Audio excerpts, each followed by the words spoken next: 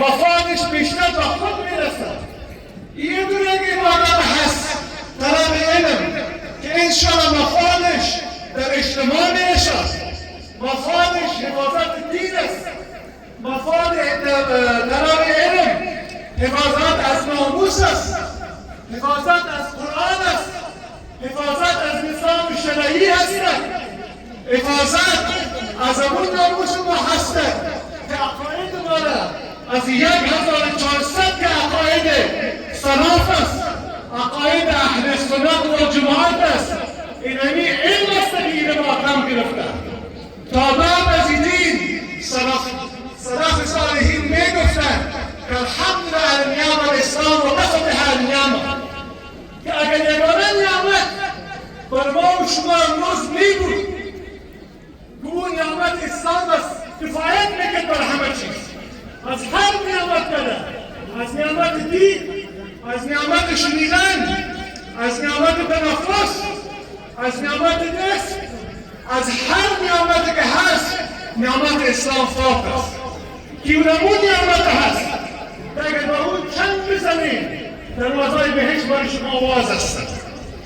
اونمون نعمت هست که اونمون کیفیته که الله بذکر الله تطمئن القلوب، که اونمون سکونت که انسان میخواید. اینمی علم است که قرآن بیان میکنه فعلم لا اله الا الله، که اگر کلمه لا اله الا الله شما با اون میخواید آشنایی داشته باشید بدون علم نمیشید.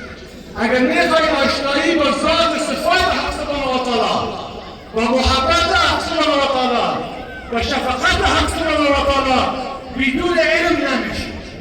علم اونمون کیفیت هست که الحمدلله ما شما را در هر مدائن در هر جای ما شما را نصرت میکنه. امروز شما بیرق کلمه محمد الحمدلله در اینجا میباشید و در زیر سایه که هستید از برکت علم است، از برکت مجاهدین است، از برکت از اون اشخاص هستند که قرآن را با خود نزدیک کردن، علم قرآن را با خود نزدیک کردن و اونمون نوری که حق سبحانه و تعالی در وجود ما دارد که اون نور فطرت است که با نور قرآن یک جای میشه، که اون نور علی نور میشه، که اون روح ما و شما را تصفیه و تسکیه ما و شما را میکنه و ما را منور میسازه بدون علم نمیشه. و ما و شما یقین کنیم که علم بدون اخلاص پیش نمیره. او کیفیت چی هست که اخلاص را با علم نزدیک میکنه؟ او کیفیت احسان است، او کیفیت تصوف است، اونو کیفیت هست که مؤمن قائم میندازد با اسلام و با قرآن و با سیرت نبوی صلی الله علیه وسلم. اقبال میفرماید که اگر مسلم از سیر نبی بیگانه شد باز او باید در هم بتخانه شد.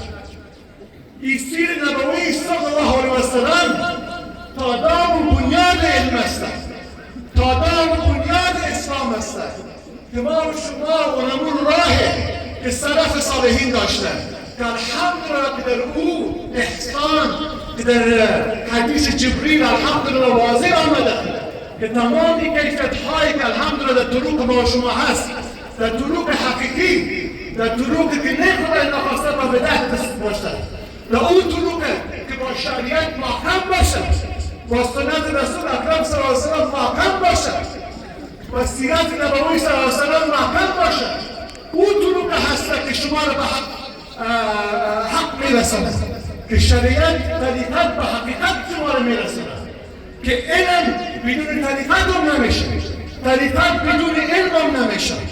خداوند انشاءالله تعالی همه شما را توفیق بده که به دین الهی خدمت کنید. تمام به این خدا شما خوش نسازید که ما علم گرفتیم و علم طلب کردیم و ما یک مدارس بسیار تمام جور کردیم و اینقدر طلبا دارد، اینقدر مدرسین هست، اینقدر کسان که تأثیر شده. نه، شما که وقت گفتن میشه که وارث انبیا هستید، سرشتادهای شما بسیار یک مسئولیت بزرگ قرار دارد. یکی از کسب بزرگ انبیا چی هست؟ که مردم با خدا نزدیک میکنه، خدا را با مردم نزدیک میکنه، خدمت تبلیغات شما نو شروع شده که شما این فاصله که دشمنان اسلام میخواین با بین ملت و با بین علما و با بین مشایخ این فاصله را زیاد کنن. امروز کار شماست که این فاصله را نزدیک بکنه. امروز کار شماست که محبت دین را، محبت علم را، محبت قرآن را انشاءالله و تعالی به این ملت نزدیک بکنه. از سید عایشه رضی الله عنها پرسان کردند گفتند او امیر المؤمنین خلق آن حضرت صلی الله علیه وسلم چی هست؟ گفتند شما قرآن را نشناسید. علما خلق و اخلاق حضرت قرآن است، رفتار حضرت قرآن است، ذکر حق سبحانه تعالی قرآن است، محبت شفقت آن حضرت صلی الله علیه وسلم قرآن است، پیشرفت آن حضرت صلی الله علیه وسلم قرآن است، سخن آن حضرت صلی الله علیه وسلم قرآن است. اینمی قرآن است که شما را نزدیک با الله میکنه و اینمی قرآن است که الله را با نهایش نزدیک میکنه. شما یک مسئولیت بسیار بزرگ به دوشتان دارید. یک مسئولیت هست که انشاءالله و تعالی با علمایتان با ادب باشید، با علمایتان احترام داشته باشید، با مشایخ انشاءالله و تعالی نزدیک شوید. این ملت انشاءالله و تعالی با نور قرآن، با نوری که نور که انشاءالله و تعالی نور فطرت و نور قرآنی و نور وحی که با او یک جای شود انشاءالله و تعالی خداوند سکونت و قلب ما شما مندازد. خداوند آرامش به قلب ما، در منطقه ما، در اجتماع ما، در وطن ما می باشد.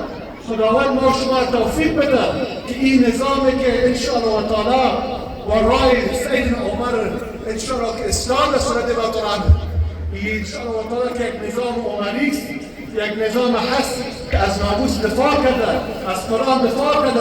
خداوند ما را توفیق بده با این نظام انشاءالله و تعالی دست به دست خدمت بکنیم انشاءالله، مدارس خود را آباد بکنیم.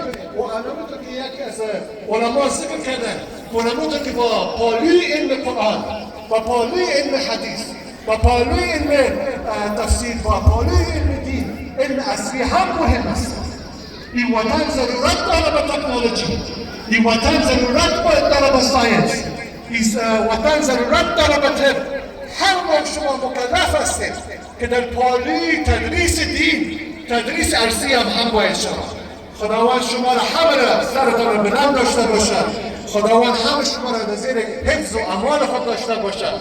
خداوند او کیفیت رحمه و بینهم در وجود ما، در قلب ما داشته باشد که رحمت، محبت، شفقت با بین یکدیگر خود داشته باشید، با اتحاد باشید، با اتفاق باشید و یکدیگر به صلح رحم ببینیم انشاءالله و تعالی. و آخر دعوانا الحمدلله رب العالمین. جزاک الله.